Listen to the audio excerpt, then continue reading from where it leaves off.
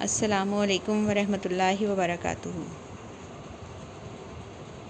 اللہ تعالیٰ کا خاص کرم اور مہربانی ہے کہ آج سے ہم ایک نیا سلسلہ شروع کر رہے ہیں جو کہ قصص الانبیاء ہے۔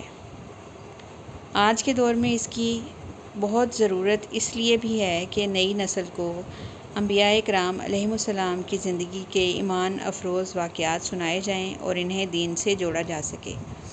سب سے پہلے ہے حضرت آدم علیہ السلام۔ پہلی قسط ہے یہ۔ حضرت آدم علیہ السلام تمام انسانوں کے باپ کا درجہ رکھتے ہیں کیونکہ سب سے پہلے انسان ہیں جنہیں اللہ تعالیٰ نے اپنے ہاتھ سے پیدا فرمایا اور جنت میں قیام کیا۔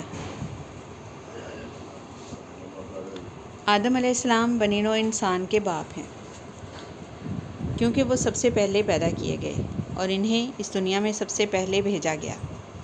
حضرت آدم علیہ السلام کا قصہ قرآن میں بیان ہونے والے قصوں میں سب سے بہترین قصہ ہے۔ حضرت آدم علیہ السلام کی پیدائش سے پہلے پروردگار نے فرشتوں سے فرمایا کہ میں زمین میں اپنا نائب بنانے والا ہوں۔ انہوں نے کہا، کیا تو اس کو نائب بنانا چاہتا ہے جو خرابیاں کرے اور کشت و خون کرتا پھرے، جبکہ ہم تیری تعریف کے ساتھ ساتھ تسبیح و تقدیس کرتے رہتے ہیں۔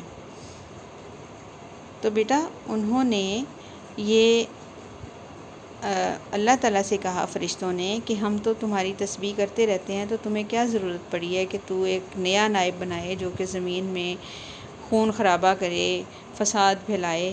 تو اللہ تعالیٰ نے فرمایا کہ میں وہ باتیں جانتا ہوں جو تم نہیں جانتے۔ پھر آدم علیہ السلام کو کچھ چیزوں کے نام سکھائے گئے اور ان چیزوں کو فرشتوں کے سامنے پیش کیا گیا اور اللہ تعالیٰ نے فرمایا کہ اگر فرشتوں تم سچے ہو تو مجھے ان کے نام بتاؤ۔ فرشتوں نے کہا کہ اے اللہ، ہم عاجز ہیں، ہمیں صرف اتنا ہی علم ہے جو تو نے عطا کیا، اس کے علاوہ ہم کچھ نہیں جانتے۔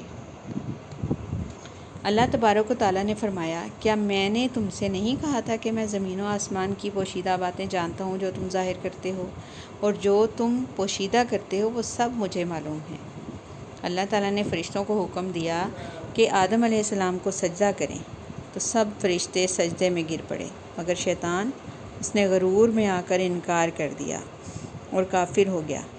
پھر اللہ تعالیٰ نے حضرت آدم علیہ السلام سے فرمایا کہ تم جنت میں رہو اور جہاں سے چاہو کھاؤ پیو، مگر اس درخت کے قریب نہ جانا ورنہ نقصان اٹھاؤ گے اور ظالموں میں داخل ہو جاؤ گے۔ پھر شیطان نے انہیں پھسلایا اور جنت سے نکلوا دیا۔ اللہ تعالیٰ نے فرمایا کہ تم ایک مدت تک زمین پر چلے جاؤ اور تم ایک دوسرے کے دشمن ہو۔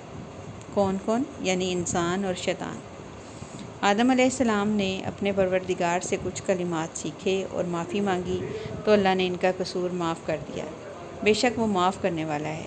ہم یہاں صرف ان آیات کا مختصر مفہوم پیش کرتے ہیں۔ جب اللہ نے کہا کہ میں زمین میں خلیفہ بنانے والا ہوں، یعنی حضرت آدم علیہ السلام اور ان کی اولاد کی تخلیق کا ارادہ ظاہر فرمایا، جن کی ہر نسل پہلی نسل کی جگہ لے لے گی، جیسا کہ ایک اور مقام پر فرمایا ہے کہ اور وہی ہے جس نے تم کو زمین میں خلیفہ بنایا۔